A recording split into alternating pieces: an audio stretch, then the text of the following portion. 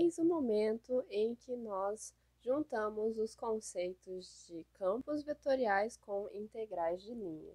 O que você precisa saber sobre integrais de linha, teoremas? Bom, gente, lá na última aula, então a gente aprendeu, né, a definição de campo vetorial, campo gradiente, campo conservativo. Aí a gente viu o que era uma integral de linha, a gente viu as propriedades. E então hoje a gente vai juntar tudo isso através de teoremas, teoremas que são importantes agora e lá na frente também, dando sequência ao nosso curso. Bom, gente, o que a gente vai ver hoje então? Então, a gente vai ver como calcular uma integral de linha, né, em um campo vetorial. A gente vai aprender também sobre o teorema fundamental das integrais de linha, que, na verdade, ele é muito parecido com o nosso TFC do nosso dia a dia, né, que é o teorema fundamental do cálculo, né, isso para integrais unidimensionais. A gente vai aprender também um pouco sobre independência do caminho, o que é isso, para que serve, né? E aí a gente vai ver também, né, como determinar se um campo é conservativo, aquela definição que a gente já viu na última aula. Então vamos lá? Integrais de linha em campos vetoriais. Bom, para a gente começar, então vamos definir como que a gente calcula essa integral sobre um campo vetorial. Então, vamos às condições aí.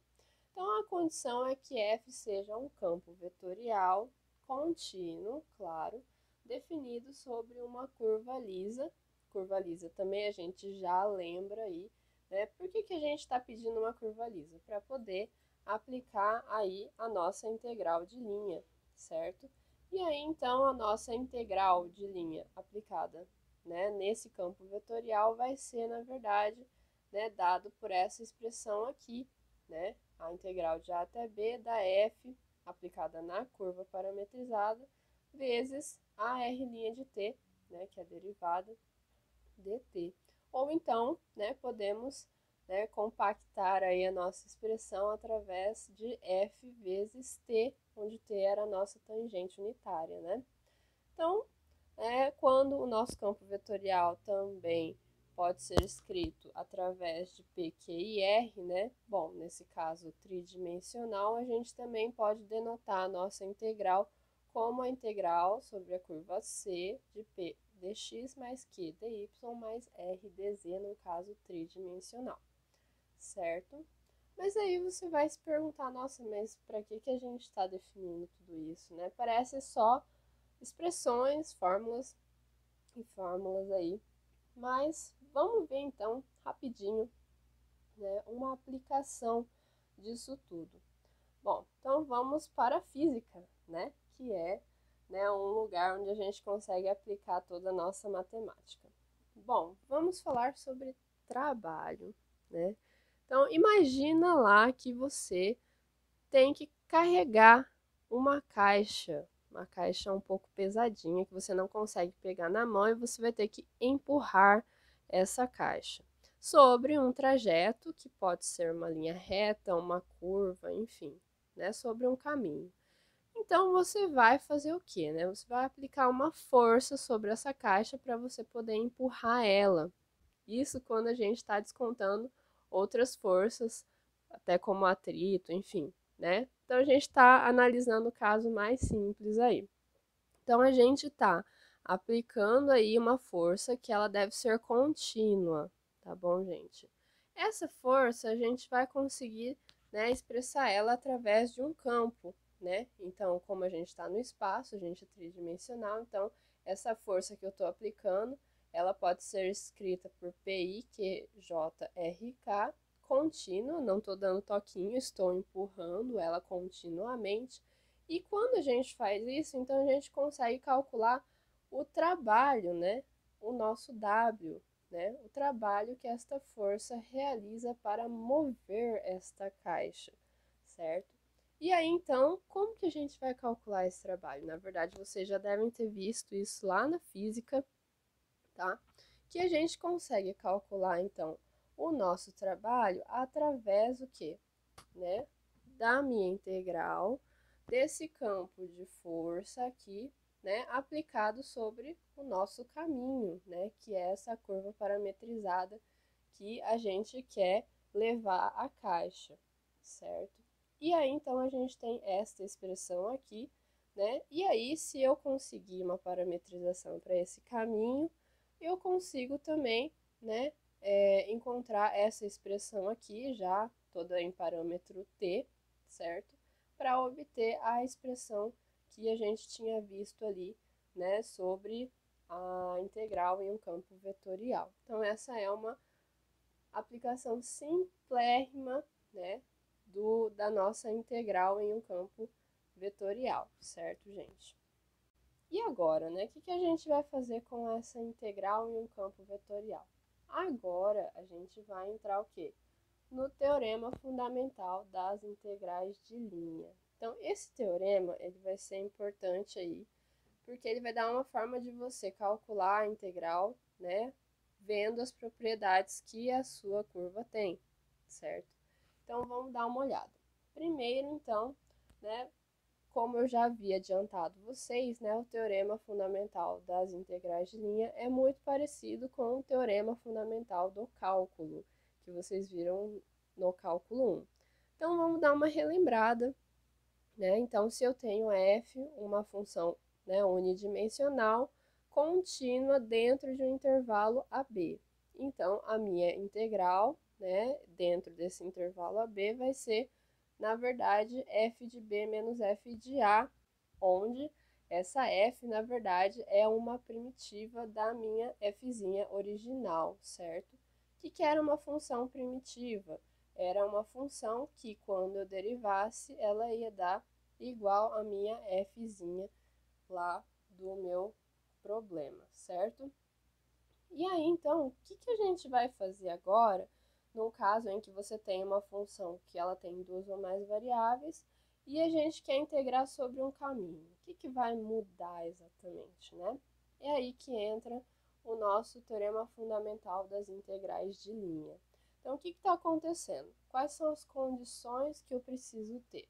Então, eu tenho uma curva lisa porque eu quero integrar, né, em linha, né? Então, eu tenho uma curva lisa, que é parametrizada, nosso parâmetro está entre A e B, né? Então, eu tenho uma função f, que ela é diferenciável, ela pode ter duas ou mais variáveis nesse caso, e ela é diferenciável por quê? Porque eu estou interessada no gradiente dela, então ela precisa ter as derivadas parciais, certo? Então, esse gradiente ele deve ser contínuo em C. Se eu tiver essas condições aqui, então eu consigo calcular, né, a integral. Agora, gente, tá vendo que eu estou fazendo uma integral de linha em um campo gradiente, porque eu estou trabalhando com o gradiente da minha função f. Se a integral, né, do campo gradiente satisfaz todas essas condições aqui, então eu consigo um resultado para ela, que é a f aplicada no ponto final da minha curva, menos a f aplicada no ponto inicial da minha curva. Parecido com, então, o nosso TFC, que a gente calculava a f no ponto final menos a f no ponto inicial, certo? Então, vejam bem que agora a gente está trabalhando com campo gradiente, certo? Então, a gente vai sempre tentar relacionar, então, ao campo gradiente aí para poder utilizar o nosso teorema fundamental das integrais de linha. Aí, pode ser que surja, né, uma dúvida aí, um questionamento no meio do caminho, que é, né, sobre esse resultado aqui. Então, quer dizer que, dadas essas condições aqui, basta eu calcular, né, então, o ponto a f no ponto final menos a f no ponto inicial. Então, se eu pegar duas curvas que tenham caminhos, né, trajetos diferentes, mas pontos finais e iniciais iguais, quer dizer que, independente, né, vai dar o mesmo resultado? Então, essa é uma dúvida que pode surgir, né? Então, será que para qualquer curva isso vai valer? Né? Então, aí que a gente começa a, né, ir no conceito de independência de caminhos, Então, olha só, em geral, gente, né, se eu tenho dois caminhos diferentes aí, C1 e C2, que porventura tenham ponto inicial e ponto final iguais, né, a hora que eu calculo a integral, né, do campo vetorial sobre essas curvas, normalmente o resultado vai ser diferente, né, o valor vai ser diferente dessas integrais. Mas tem alguns casos que a gente vai ver que, né, a integral pode ser que dê o mesmo valor, né, para qualquer dois caminhos, né, que sejam diferentes no trajeto, mas que tenham pontos finais iniciais iguais. Então, quando isso acontece, a gente diz que a integral de linha é independente do caminho, certo, gente? Então, nesses casos aqui, né, a gente tem a independência do caminho. E a gente vai estudar, então, algumas condições para que isso daí aconteça ou não, certo? Uma, né, das observações que a gente pode ter, né, é no caso em que você tem uma curva fechada. Aí eu vou te perguntar o que é uma curva fechada. Na matemática, na verdade, é quando você tem uma curva em que o ponto inicial é também o seu ponto final. Ou seja, você deu a volta completa, né, e ele fechou ali no ponto inicial. Então, quando isso acontece, a curva é fechada, e aí eu vou te perguntar, né? Quando a curva é fechada, inicial é igual ao final, como que vai ficar a sua integral de linha, né? Então, aí a gente vai ter um teorema que vai te ajudar bastante, né? Então, se eu tenho uma integral que ela é independente do caminho, C somente C, a minha integral sobre qualquer caminho fechado ou curva fechada vai ser igual a zero, certo? Então, vamos fazer o seguinte, né? Pego a minha integral e vou fazer essa integral sobre uma curva fechada, uma curva que você conheça, né, e que é fechada. Se ela der zero, quer dizer que então a sua integral é independente do caminho, certo, gente? Bom, outra observação aí que a gente tem, né, é agora a gente vai conseguir relacionar com um campo gradiente, né, que é para a gente voltar lá no nosso teorema, né, fundamental das integrais de linha, né? Se um campo ele é conservativo, né, que isso quer dizer? Que o meu fzão do meu campo ele é igual ao gradiente de alguma função fzinha, então o que vai acontecer? Eu posso simplesmente pegar aqui, né, a minha função, né, o meu campo vetorial aplicada sobre a curva 1, né? Se ele é conservativo, então, na verdade, eu estou fazendo a integral de linha na curva C1 sobre este campo vetorial f, certo? Fzinho. E aí, então, na verdade, eu vou aplicar o teorema fundamental das integrais de linha e eu vou obter este resultado aqui. Só que aí, gente, na verdade, isso daqui quer dizer que eu estou integrando sobre a curva 2 agora, certo? E então, na verdade, isso quer dizer que eu estou fazendo a integral da minha f-zona no caminho 2. Ou seja, o que eu consegui obter aqui? Se um campo vetorial ele é conservativo, então consigo aplicar o teorema fundamental das integrais de linha, isso quer dizer que é independente do meu caminho, porque eu saí da curva 1 e cheguei na curva 2, certo, gente? Então, aí a gente tem um teorema, né, para a gente fechar todo esse conteúdo, né? Então, suponha que eu tenho um campo vetorial contínuo numa região aberta e conexa D. Então, essas são condições que a gente vai discutir um pouquinho depois, mas a ideia é que você consiga fazer caminhos dentro deste domínio aí, caminhos que não saiam do seu domínio, né? Essa é a ideia principal quando a gente fala que ela é aberta e conexa, certo? E aí, então, se a minha integral de linha, né, sobre um caminho C do meu campo F for independente do caminho, Então, F é um campo vetorial conservativo, ou seja, F vai ser igual ao gradiente de uma função F'zinha. Aí você vai falar, mas para que é tudo isso, né? Então, vamos lá. Olha só. O que a gente está dizendo? Que se F é independente do caminho, né? Então, F vai ser um campo conservativo. Olha só. Então, eu tenho um campo vetorial F contínuo, agora no caso bidimensional. Então, se F é conservativo, eu tenho que ele é o gradiente de alguma função, então eu tenho as derivadas parciais aqui. Se o meu Fzão é igual ao gradiente da Fzinha, na verdade eu estou dizendo que o meu P é igual à derivada parcial da F em relação a x, e o meu Q, na verdade, ela é a derivada parcial em relação a y. Estou fazendo uma igualdade de Fzão é igual a gradiente de Fzinho, certo? E aí, como ele é um campo vetorial contínuo, a gente consegue aplicar um teoreminha que a gente viu lá no cálculo 2, que é o teorema de Clairaut. E aí, né, o teorema de Clairaut diz que quando eu derivo, né, duas vezes aí com derivadas mistas a minha função, né, eu tenho uma igualdade aqui, né, derivada de x e depois de y vai ser igual eu derivar a minha função em relação a y e depois a x, certo? E aí, então, o que a gente vai fazer? Né? A gente vai só reescrever ela e a gente vai ver que a derivada parcial da f em relação a x, na verdade, é a minha p. E a derivada da f em relação a y, na verdade, é a minha q. E aí, a gente vai obter esta igualdade aqui, né?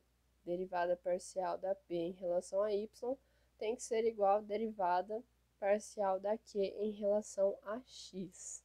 Certo, gente? Mas para que a gente vai fazer tudo isso? Porque a gente vai juntar todas essas informações em um teorema. Ou seja, né, se eu tenho um campo vetorial sobre uma região aberta de simplesmente conexa, depois a gente vai, né, dar uma olhada no que é isso exatamente, mas a ideia é que, né, a gente consegue fazer os caminhos dentro dessa própria região D aí, sem sair dela, sem ter buraco, sem ter que, né, sem ter algum problema aí dentro do nosso domínio, certo? E aí, então, P e Q, eles têm a derivada parcial de primeira ordem contínua, tais que, né, então, a derivada parcial de P em relação a Y seja a derivada de Q em relação a X. Então, eu consigo, né, essa garantia de que a F é um campo conservativo. Por quê? Né? Porque a gente viu aqui que quando a gente aplica o teorema de Clairaut, essa igualdade ocorre em campos vetoriais conservativos, certo? Então, só para a gente, né, dar uma, né, retomada aí, clareada aí no que é uma região aberta, simplesmente conexa, que tem vários termos que aparecem nos teoremas e que a gente fica perdido. Será que a gente usa? Para que serve? Enfim. Bom, uma região aberta simplesmente conexa. Bom, uma região aberta quer dizer que eu não estou incluindo o contorno, ele é aberto, certo? Simplesmente conexas são regiões em que toda curva simples, né, são curvas lisas, fechadas, contornam somente os pontos que estão em D, né? Curvas simples, fechadas, né, contornam somente pontos em D. Então, o que é uma curva simples fechada? Uma curva simples é uma curva que não se auto-intercepta, né? Por exemplo, círculos, né? Isso daí não vai, circunferências, elas não vão se auto-interceptar a menos do ponto inicial ao ponto final, certo? E uma curva fechada é uma curva que ela sempre vai, né, começar e terminar no mesmo ponto. Então, a gente tem essas condições aí para que o nosso teorema, né, seja satisfeito. Certo, gente? Bom, é isso. Essa teoria é um pouquinho pesada, então a gente vai ver um pouco alguns exemplos aí, né? Então, vejam aí, né, a nossa referência, né, nessa seção 16.3. E se vocês tiverem dúvida, temos P-Aluno aí essa semana. Beleza, gente? Bom, gente, aqui nesse exemplo 1, a gente precisa determinar o trabalho feito por um campo de força, né, que é dado por essa expressão aqui, ao longo de 1/4, vejam bem, 1/4 da circunferência que é dada por esta parametrização aqui, que é a usual, né, da circunferência. Isso, né, quando a gente olha a circunferência, ela é inteira de 0 a 2π. Basicamente, o que está acontecendo? Ele te deu a parametrização da curva inteira, certo? Que vai me dar uma circunferência. Só que ele está pedindo 1/4 da circunferência. Então, a ideia vai ser assim, a gente vai pegar essa parametrização e a gente vai ter que olhar, então, qual intervalo que a gente vai precisar tomar para pegar apenas 1/4 da circunferência. Como ele não está especificando, né, qual quarto da circunferência que ele vai querer, a gente vai tomar aqui este, né, do primeiro quadrante, que é o mais simples. Então, dentro deste, né, primeiro quadrante, então, qual vai ser a minha variação de t? Né? Então, isso a gente vai precisar para poder montar aí a nossa, né, integral, certo? Então, basicamente, determinar esse trabalho vai ser calcular a integral, né, desse campo vetorial, né, sobre essa curva que a gente vai ter que, né, parametrizar. Então, né, primeira coisa que a gente precisa fazer vai ser, então, parametrizar esse 1/4 da circunferência. E aí, né, para facilitar aí, ele já te deu uma parametrização e a gente só precisa, então, olhar qual é o intervalo, né, de variação do t.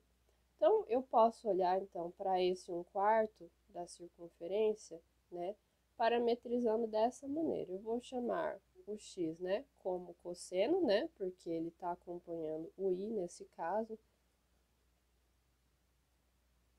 E eu vou chamar o y de t como sendo seno de t, usual. E aí, como eu estou olhando para 1/4 da circunferência, aonde que vai estar, então, né, o meu intervalo de t? Entre 0 e π sobre 2.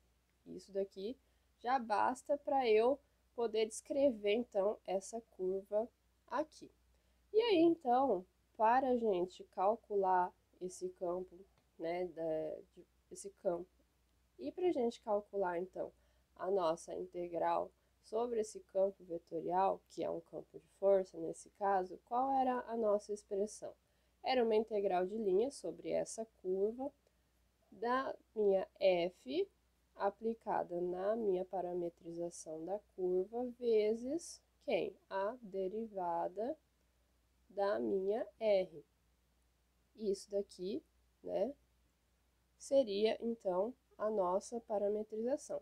Como eu já estou aqui tudo com t, eu já vou até colocar aqui os meus parâmetros aqui, né, que vai de 0 até π sobre 2. Então, é basicamente isso que nós precisamos fazer. Então, vamos lá. Primeiro, nós vamos, né, descobrir quem é f aplicada na minha r de t, certo? Então, olha só. F aplicado na r de t, na verdade, eu tenho a r de t parametrizada. Eu tenho quem é x e eu tenho quem é y. O que eu vou fazer? Eu vou substituir aqui na minha expressão f. Então, quem é x é cosseno de t. Então, aqui eu tenho x ao quadrado. Então, eu tenho cosseno ao quadrado de ti menos quem é x é cosseno de t e quem é y é seno de t. Então, beleza, eu achei quem é a f aplicada na minha parametrização. Agora, eu preciso descobrir quem é r' de t. Como que a gente fazia isso, né? É a derivada sobre essa curva aqui parametrizada, né? Que tá dessa maneira, né? Então, como que a gente vai fazer? Derivada de cosseno é menos seno de t, e aí a derivada de seno é cosseno de tj. Tá vendo que aqui, gente, a gente achou que dois vetores, continuam sendo vetores. Agora, o que eu preciso fazer? Eu preciso determinar quem é o produto escalar desses dois vetores, certo? Esse pontinho aqui vai ser o produto escalar dos dois vetores. Vocês lembram como é que calculava isso?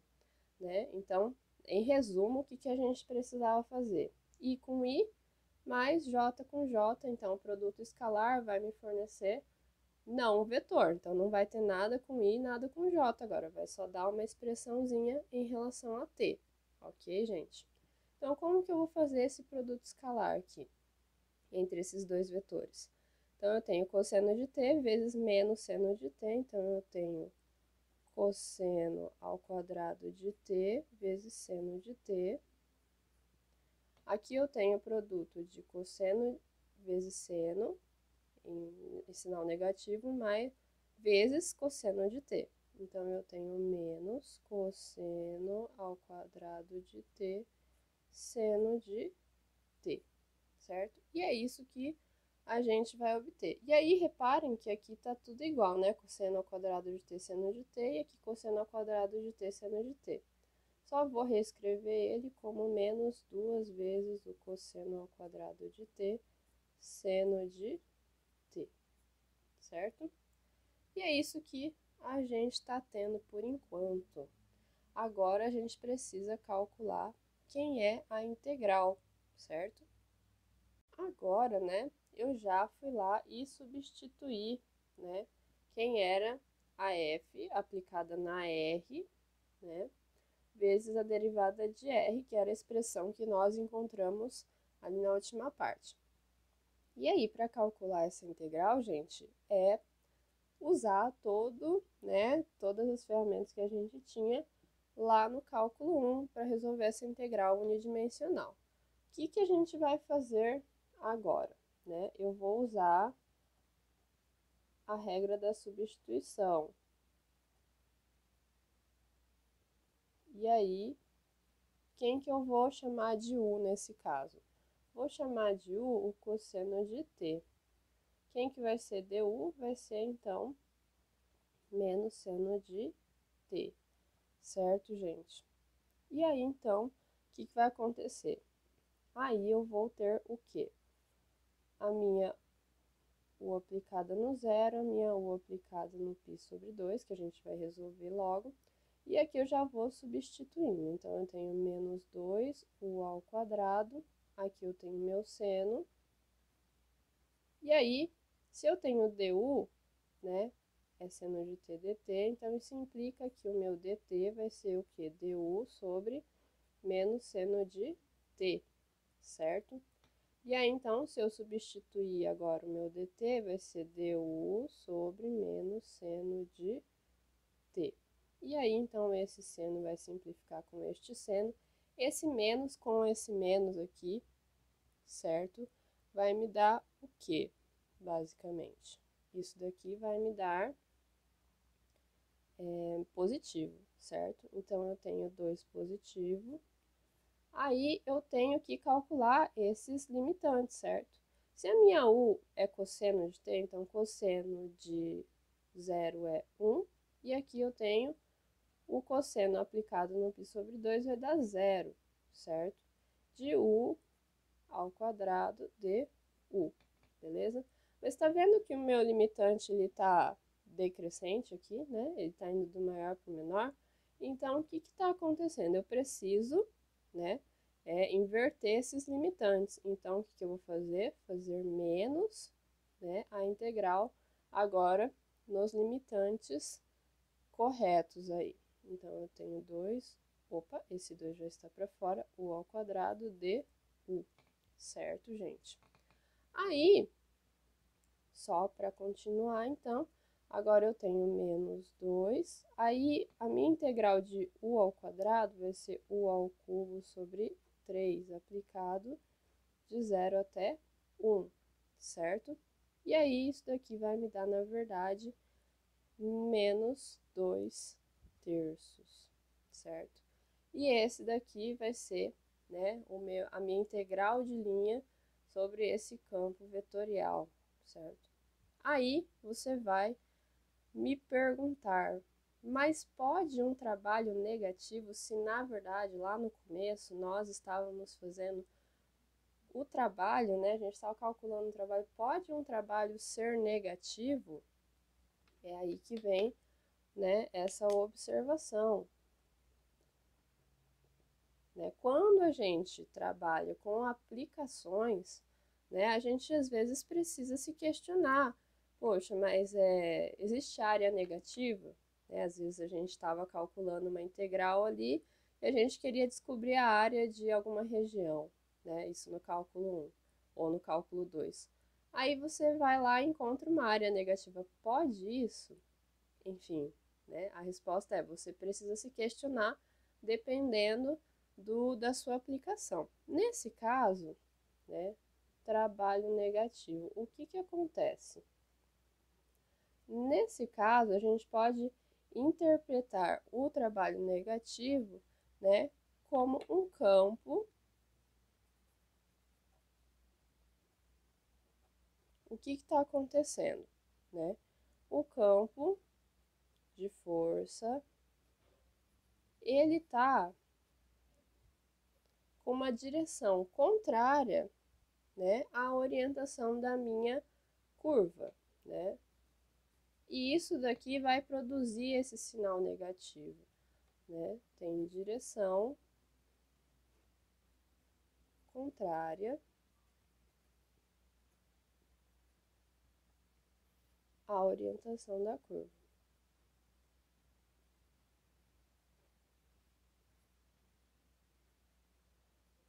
Então, basicamente, o que está acontecendo para esse trabalho ser negativo? Eu tenho um campo vetorial. Lembra lá como que a gente fazia, né, para esboçar campos de força, campos vetoriais? A gente precisava escrever, né, esboçar todos os vetorizinhos, né, naquela região que a gente quer calcular. Beleza, então a gente foi lá e calculou, né, quem era esse campo vetorial. Aí, como eu estou querendo calcular, né, agora sobre uma curva, essa curva, como eu também já expliquei para vocês, ele vai ter uma orientação, certo? E aí, às vezes, essa orientação da curva é ao contrário dos vetores, né, da direção dos vetores do campo vetorial. Então, é por isso, né, que isso daqui está acontecendo. A gente cria aí um sinal negativo para o nosso trabalho. Não quer dizer que a gente está desfazendo o trabalho, não é bem isso. Na verdade, a gente só está indo contra o fluxo do meu campo vetorial, meu campo de força. Beleza, gente? Bem, galera, nesse exemplo 2, né, tendo em mãos aquele teorema que a gente viu sobre campos conservativos, a gente quer descobrir, né, se o campo vetorial é ou não conservativo. Então, na verdade, eu vou pegar aqui, né, o meu f de xy como sendo, né, na verdade, este cara aqui, né? Nesse exemplo A, até vou colocar aqui exemplo A, eu vou colocar x menos y e mais x menos 2j. Beleza, então aqui eu tenho esse campo vetorial. Como que eu vou aplicar o teorema para a gente poder descobrir se ele é ou não conservativo, né? Então, primeiro de tudo, né, aquele teorema, ele dizia que meu campo vetorial, ele precisava estar escrito em forma de P e de Q, né? Então, quem que é P e quem que é Q nesse caso? Essa expressão aqui, que está acompanhando o I, na verdade, é o meu P de XY. E esse cara aqui, né, que está acompanhando o J, é, na verdade, o meu Q de XY, certo? Então, basicamente, o que aquele teorema estava dizendo? Que se eu calculasse a derivada da minha P em relação a y e a minha derivada da q em relação a x, e elas fossem iguais, então eu tinha que o meu campo f, ele era conservativo. Então, é isso que a gente precisa fazer, né? Então, note que quando eu calculo a derivada de p em relação a y, o que vai acontecer? Então, eu vou pegar a minha expressão de p e vou derivar parcialmente em relação a y. Então, eu tenho x é constante, então derivada de menos y é menos 1. E a minha derivada de q em relação a x tem que ser nessas ordens de derivação, tá? Quando eu derivo a minha q em relação a x, que é, nesse caso aqui, a minha expressão x menos 2, derivo em relação a x, eu tenho um positivo. Então, ou seja, menos 1 é diferente de 1, né? Então, eu tenho a derivada parcial de p em relação a y ser diferente da minha derivada de q em relação a x, logo, o campo não é conservativo. Simples, né? Eu acho que assim tá bem tranquilo, certo? Agora vamos ver esse exemplo B aqui, né? Vou até separar aqui.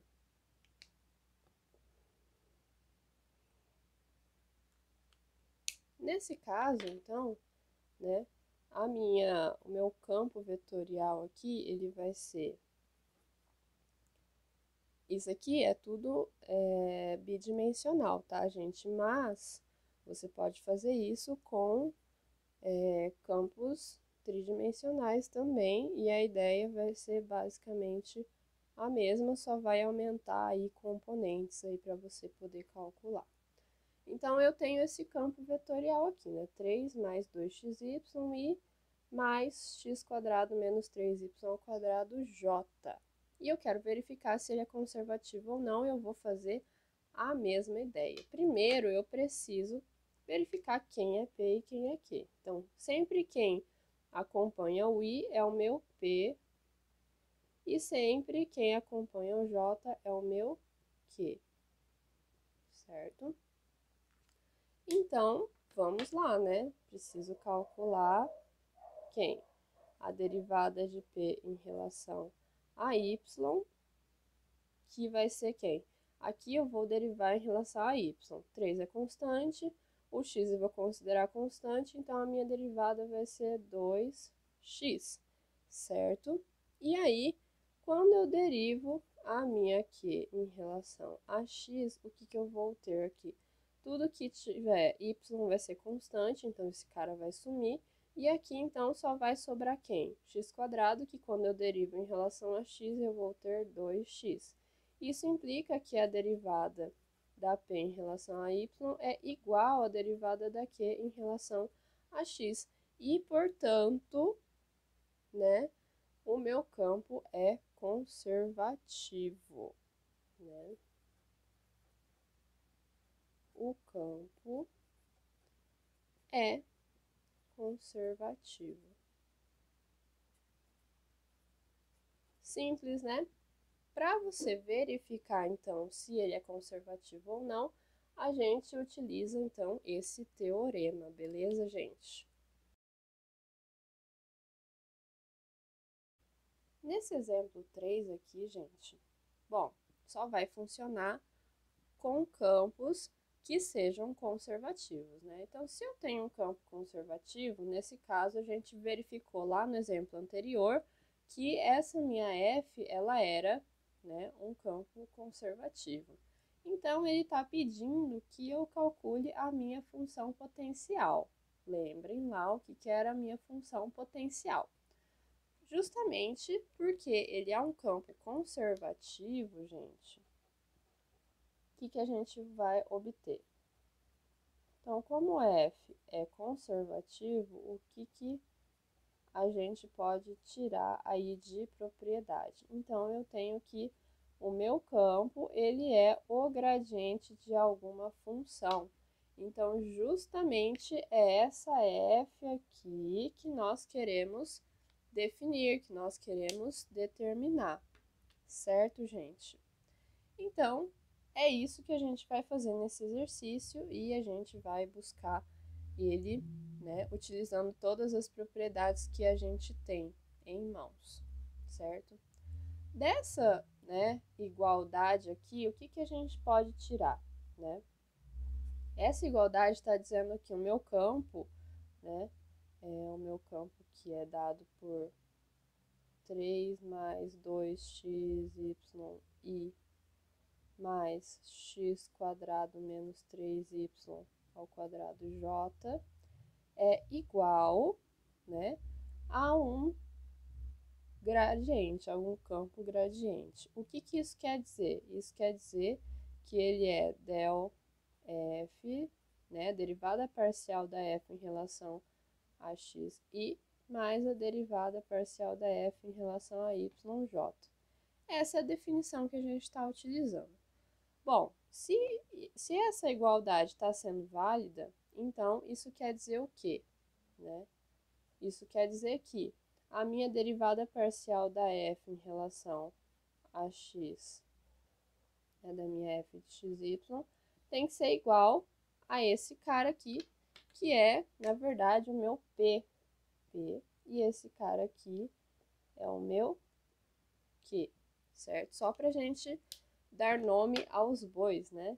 Então, eu sei que isso daqui, né, é igual a minha 3 mais 2xy, e eu sei que a derivada da f em relação a y, né, ela vai ser igual a x quadrado menos 3y ao quadrado, certo? Então, dessa igualdade aqui, eu consigo extrair estas duas informações aqui. Então, eu tenho as derivadas, mas eu não tenho quem é f ainda, né? Que é justamente isso que eu estou querendo encontrar. Então, como que a gente vai fazer, né, para determinar essa f? Então, a gente vai fazer o caminho inverso, né? Então, se a gente derivou, né, se a gente tem as derivadas parciais, a gente vai fazer o quê? A gente vai integrar elas e aí, então, a gente vai tentar voltar na cara da minha função f. Então, vamos lá. Vamos partir, né, desse cara aqui, ó. Eu vou partir da minha derivada parcial da f em relação a x, né? Então, note que, né, então eu tenho a derivada da f em relação a x. Se eu quero saber quem é f, o que eu vou fazer? Eu vou aplicar a integral aqui, né, sobre essa derivada, né, da f em relação a x, né, de xy, né? Só que como ela tá toda em relação a x, certo? O que eu vou fazer, né? Eu vou integrar em relação a x. Simples assim. E isso daqui vai me dar o quê? Né? A cara de uma f, né? Porque basicamente estou integrando a minha derivada, certo? Então, quando eu integro, aliás, essa função, o que eu tenho? Integral de 3 mais 2xy dx, certo? E aí, eu estou integrando essa expressão aqui. Em relação a x, então, eu tenho integral de 3 dá 3x, e aqui a minha integral, né, y vai ser também uma constante nesse caso, porque toda a minha integração está sendo em relação a x, então, eu tenho 2y, aí eu tenho integral de x, vai ser x quadrado sobre 2, mais uma constante, não é isso? Porque a minha integral, ela é indefinida. Essa constante, como eu tenho a variável y ainda para determinar, eu vou chamar essa constante de g de y. Essa é a grande sacada aí para você poder relacionar a derivada parcial em relação a x e depois relacionar a derivada parcial em y. Então, basicamente, isso daqui é uma constante que eu tô falando que ela vai depender de y, ok, gente? Aqui eu posso até simplificar aqui esse 2 com esse 2, tá? E aí, então, beleza, tudo bem, mas por que eu quero achar f e eu estou indo para o caminho de uma g de y aqui? Porque eu preciso utilizar essa informação também, né? Então, a minha f, né, ela é desse jeito aqui, só que eu preciso achar quem é g de y também. Então, o que eu vou fazer? Eu vou derivar essa f aqui em relação a y. Aqui eu estou até fazendo um abuso de notação, tá? E eu estou utilizando essa notação com f pequenininho, tá bom, gente? Então, o que a gente vai fazer? A gente vai pegar essa expressão aqui e derivar em relação a y, certo, gente? Então, o que a gente vai fazer? Então, basicamente, eu vou calcular a derivada da f em relação a y agora. Então, o que a gente vai fazer? A gente vai pegar essa expressão e derivar em relação a y. Então, eu tenho 3x mais yx² mais g de y, certo? E eu vou derivar em relação a y. Tudo que eu derivo em relação a y e que não tenha o y vira constante. Então, esse cara é constante, deriva da zero. Aqui eu tenho o quê? Eu tenho x², porque eu derivei em relação a y, e a minha g de y, quando eu derivo em relação a y, vai dar o quê? G' de y. Agora, gente, olha só, aonde que a gente chegou? A gente chegou na derivada da f em relação a y com esta expressão aqui, certo? Mas aí, gente, reparem que a gente também já tinha uma expressão para a derivada da f em relação a y. Então, aqui eu vou chamar de estrela e aqui eu vou chamar de 2 estrelas, tá? Só para a gente poder relacionar aqui as informações. De estrela e 2 estrelas, o que a gente vai ter? Que, né, x² menos 3y² vai ser igual a x² mais g' de y, certo, gente? E aí, dessa igualdade de funções, o que a gente vai obter? Né? Que a gente vai poder simplificar esse x². O que a gente vai obter? Que g' de y é igual a menos 3y². E aí sim, né? O que vai acontecer? Quando eu tenho a derivada da g, isso daqui é uma derivada em relação a y, né? Então, isso quer dizer que quando eu integrar essa função aqui em relação a y, então, em relação a y, na verdade, eu vou ter o quê? Né? Menos 3, né? Aqui, integral de y² vai ser y³ 3 mais uma constante, porque a minha integral ela é indeterminada, certo? E aí eu posso simplificar, eu tenho menos y³ mais k, certo? E aí, então, só para concluir, né, eu pego todas essas informações aqui, né, e eu substituo aonde? Na cara da minha f, que eu queria saber. Então, eu sei quem é g de y agora, né? Então, o que eu vou fazer?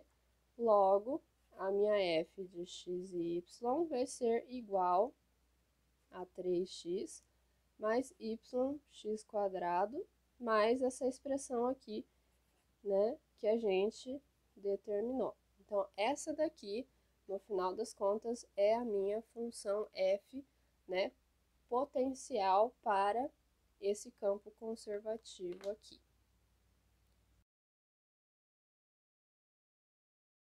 Bom, gente, só para a gente finalizar aí a nossa sessão de exemplos dessa semana, a gente vem com esse exercício aqui, que dado um campo vetorial, agora de 3 variáveis, e um segmento de reta, a gente vai precisar, no item A, determinar uma função f tal que o campo f, né, campo vetorial f, seja igual ao campo gradiente fzinho. Ou seja, né, análogo ao exemplo 3, a gente precisa achar quem é essa fzinha, né, o nosso potencial, certo? E o item B, a gente precisa, então, usar essa fzinha para calcular a integral de linha sobre a curva. Reparem, gente, que nesse exemplo a gente vai precisar utilizar quase tudo que a gente aprendeu até agora, né? E vocês percebem, então, que nessa sessão as coisas já começam a ficar um pouco mais, né, pesadas, aí, no sentido de que a gente já começa a relacionar vários conceitos aí, como de campos vetoriais, integrais de linha. Daí, para calcular a integral de linha, a gente precisa parametrizar curvas, e aí chega até utilizar, então, as nossas derivadas parciais e integrais aí, né, como a gente viu no exemplo 3. Então, parece ser um pouco pesado, né, mas a gente vai, né, resolvendo cada item, né, com calma aí, que a gente consegue, então, entender o que está acontecendo, tá bom, gente? Então, vamos primeiro resolver aí o item A. E nesse item A, né, assim como o exemplo 3, a gente não precisa utilizar, por enquanto, essa curva, tá? Então, deixem ela descansando aí. Então, a gente só vai trabalhar mais com o nosso campo vetorial. Beleza, gente? Então, aqui no item A, a gente precisa encontrar essa função potencial fzinha aqui. E aí, a gente vai utilizar essa informação, né? Porque, olha, eu sei que o meu campo vetorial é igual ao campo gradiente. Então, né, utilizando essa informação, ou seja, f é igual ao gradiente da minha fzinha, que eu quero determinar, o que eu vou fazer? E por um lado, eu sei que a minha f é dada por essa expressão, ou seja, yzi mais xzj mais xy mais 2, já começa a ficar bonito, né? 2ek, né? Isso daqui tem que ser igual, na verdade, ao meu campo gradiente. E como que a gente calculava o campo gradiente? Derivadas parciais, né? Derivada parcial da f em relação a x, isso na entrada i, mais a derivada parcial da f em relação a y, na entrada j, mais a derivada parcial da f em relação a z, na entrada k. E aí a gente tem o que? Igualdade de vetores, certo? Então, só para a gente colorir aí a nossa folha, o que vai fazer? Igualdade de vetores. Então, eu sei que, por um lado, a derivada parcial da f em relação a x é, na verdade, esse termo aí, né? Aí, eu sei que, né, a derivada parcial da f em relação a y é, na verdade, o termo xz, né? Porque estou fazendo igualdade de vetores. E eu sei também que a derivada parcial da f em relação a z é, na verdade, essa expressão aqui que eu acabei até rasurando, é xy mais 2z, tá bom, gente? Então, a gente vai utilizar essas informações aí para poder encontrar quem é a nossa função potencial.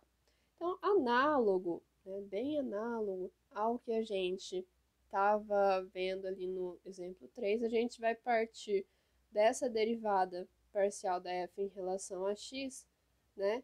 Eu sei que a derivada da f em relação a x, né, vai ter que ser igual a yz, certo, gente? Bom, beleza. Até aí tá tudo certo, né? Igualdade aqui. E aí, eu quero saber quem é a potencial, certo? Não a derivada parcial dela. Então, o que eu vou fazer? Eu vou integrar ambas as partes. Então, de novo, por um abuso de notação, porque a gente não mistura normalmente esse tipo de notação com a integral comum, tá? Isso aqui só para vocês entenderem o que está acontecendo, né? Então, eu estou aplicando a minha integral, eu estou aplicando a integral em relação a x, né? Nos dois lados da minha igualdade, certo? E aí, o que eu vou obter? Na verdade, desse lado, quando eu integro em relação a x, eu estou obtendo a minha função f, né? E aqui desse lado, eu estou integrando em relação a x. Então, yz seriam constantes. Quando eu integro em relação a x, vai dar yz x, certo? E aí, como a minha integral ela é indeterminada, ou seja, ela não tem limitantes, eu preciso de uma constante, certo? Mas aí, gente, a gente pode observar que como a minha integração foi em relação a x, as minhas constantes, elas podem sim depender ou de y ou de z, que são as outras duas variáveis que eu não utilizei na integração, né? Então, eu preciso colocar essas constantes dependendo dessas outras duas variáveis aqui, certo? Então, eu vou colocar um incremento aqui, uma constante, né, que vai depender aqui de yz. Então, essa minha g, ela vai estar fortemente ligada, né, à variável y. E a minha h de yz também, né, vai ser uma constante aqui, só que ela vai depender da variável z, certo? Então, por enquanto, esses dois caras aqui, né, eu vou até deixar indicado, nessa integração aqui, esses dois caras são constantes. Por quê? Porque eles não dependem de x. Então, a gente está tratando ela como constantes, só que elas podem sim depender das outras duas variáveis que eu não utilizei, certo? Aí, então, né? Bom, eu sei quem é essa f. Bom, já tem uma cara bem legal aí, uma sugestão, vamos dizer assim, para minha função f. Só que eu preciso determinar quem é essa g e quem é essa h, certo? Então, como que a gente vai fazer isso? A gente vai ter que utilizar, né, essas outras informações que a gente tem, certo? Então, como que a gente vai fazer para relacionar primeiro a minha derivada em relação a y? O que a gente vai fazer? Bom, vou pegar essa f aqui e vou derivar em relação a y para ver o que vai dar. Então, derivando a minha f em relação a y, né? Como eu tinha indicado, esse cara vai estar fortemente ligado à minha variável y, tá? Então, o que vai acontecer, né? Quando eu derivo aqui a minha f em relação a y, essa última f aqui que eu achei, né? O que eu estou fazendo? Vou derivar esse cara em relação a y. Então, eu tenho zx, né? Porque esse y aqui vai ser derivado. E aí, quando eu derivo esse cara em relação a y, eu falei que o g está fortemente ligado a ele. Então, eu tenho aqui a derivada da g em relação à minha y, certo? E esse cara aqui vai estar fortemente ligado, né, à minha derivada em relação a z. Então, por enquanto, isso aqui vai ser uma constante, e aí derivada da constante vai dar zero, certo? Beleza, até aí tudo bem, né? Só que aí eu sei que, por outro lado, eu tinha uma cara para essa f em relação a y, não tinha? Tinha, era essa, né, que eu circulei em laranja. Então, até vou anotar aqui da onde que eu tirei essa expressão aqui. Então, eu sei que a derivada da f em relação a y tem essa cara, ou seja, eu sei que xz também tem que ser igual a esse cara que eu achei, não é? Zx mais a derivada da g em relação a y, certo? E aí, então, o que eu posso tirar dessa minha informação? Aqui até vou tirar essas variáveis só para a gente deixar mais limpo a nossa expressão, tá bom, gente? Então, olha só, quando eu faço, né, essa igualdade, xz é igual a zx, né? Nos números reais, esse daqui pode ser igual, né? Então, aqui vai dar para cancelar, e eu tenho que zero vai ser igual à derivada da minha g em relação a y, certo? Quando eu tenho uma derivada que é igual a zero, isso implica que a minha g, né, ela pode ser igual, então, a uma constante, não é? Porque quando eu derivo a constante, ela sempre vai dar zero, tá? E aí, então, o que a gente vai ter aqui, né? Então, eu sei a cara da minha g. Então, logo, como que vai ficar a minha função? F de x, y, z, na verdade, vai ser yzx E aí eu sei quem é G agora, que vai ser uma constante. E aí mais H de YZ, certo, gente? Bom, beleza. Ainda preciso encontrar quem é H. Então eu vou fazer o mesmo raciocínio, né? Pego a minha função f aqui e derivo em relação a z agora, né? Derivando a minha f, agora é essa daqui que eu estou utilizando, em relação a z, o que eu vou ter aqui? Derivada da f em relação a z de x, y, z vai ser igual eu derivar essa função aqui. Quando eu derivo essa função, o que eu vou ter? Em relação a z, então, eu vou ter x e y, derivei uma constante, deu zero, e eu vou derivar essa função h em relação a z. Então, eu tenho a derivada, né, da minha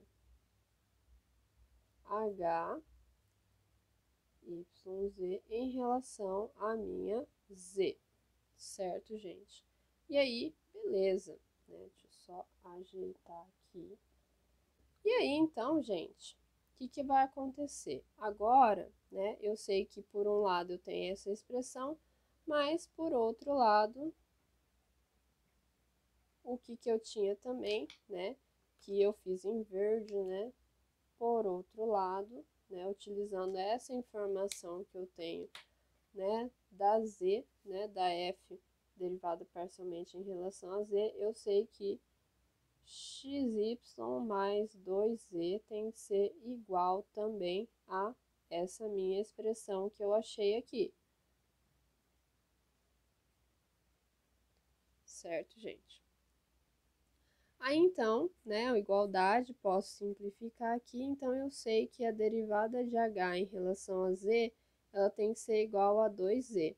Então, isso implica, né, que a hora que eu vou integrar, de novo, por um abuso de notação em relação a z, eu estou fazendo essa integral aqui, certo?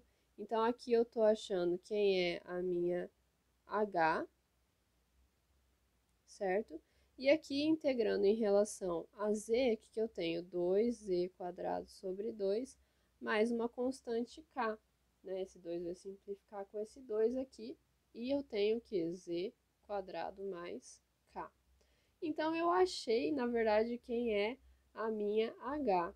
Então, portanto, né, eu volto lá na minha expressão original da f, o que eu tenho? Eu tenho que a f de x, y, z vai ter que ser igual a yzx, né, mais k1, que era a minha g que eu tinha encontrado, mais a minha z ao quadrado mais k, certo? Só que, veja bem, né? Eu encontrei aqui um monte de constante aqui que eu posso juntar. E aí, por um acaso, o meu item A tá pedindo para determinar uma função, né? Então, uma função que satisfaça essa igualdade aqui, né? Eu posso pedir um caso especial, que eu posso pegar um caso especial em que a minha constante ela é igual a zero. Ou seja, uma função f, né, de x, y, z. Nesse caso, né, eu quero simplificar os meus cálculos, é na verdade essa daqui, yzx mais z quadrado, certo, gente? Então, esse é um caso particular da minha f geral, né, já que ele pede para determinar apenas uma delas, poderia pegar uma com a constante 1, outra com a constante 0, não tem problema, mas eu vou pegar essa para facilitar os meus cálculos, beleza, gente?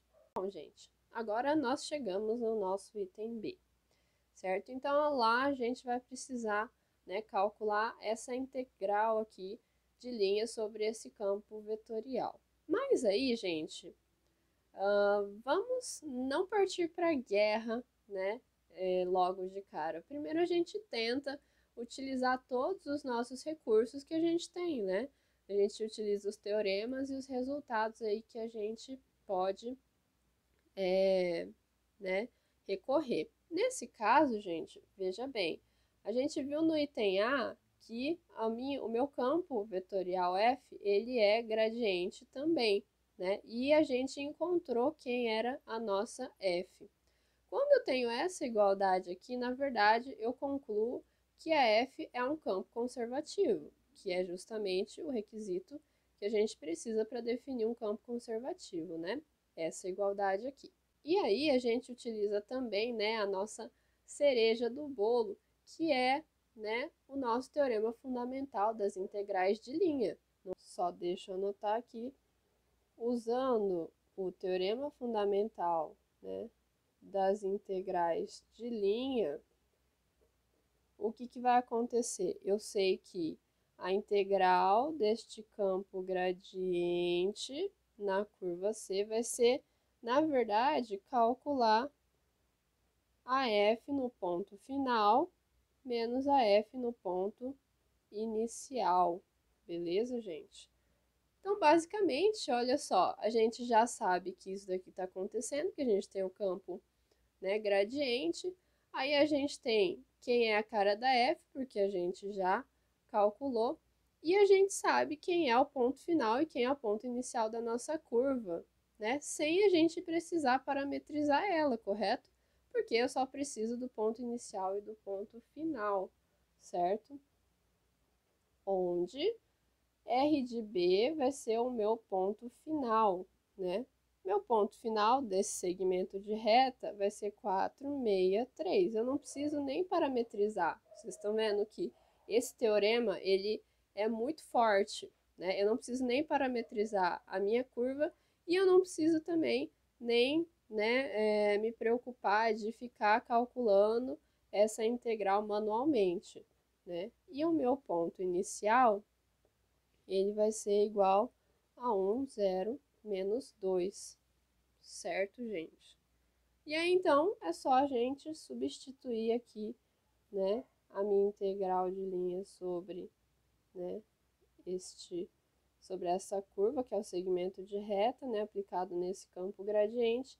Então, a f do R de B, na verdade, é o meu ponto final, 463, menos a f aplicada no meu ponto final, no meu ponto inicial, que é 1, 0, menos 2.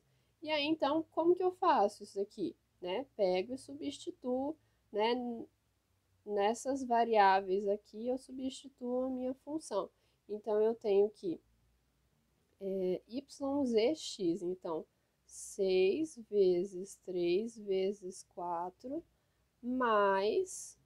E aí, meu z quadrado, na verdade, aqui é 3. Então, 3 quadrado, certo? Menos a f aplicada no ponto 1, 0, menos 2. Então, eu tenho que substituir, né, esses valores aqui na minha f. Então, eu tenho que y vezes z, opa, que é menos 2, vezes x, que é 1, né? Mais o meu z ao quadrado, que é menos 2 ao quadrado, certo? E aí resolvo essa expressão. Então, 6 vezes 4, 24, vezes 3 dá 72, mais 3 ao quadrado dá 9. Esse termo some, né? Então, eu tenho aqui menos 0, menos 2 ao quadrado dá 4.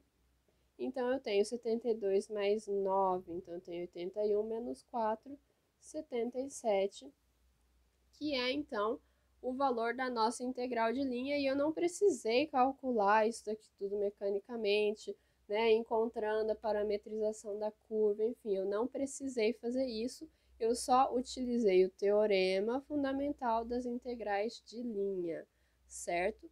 E aí, sabendo que ele é um campo conservativo. Beleza, gente?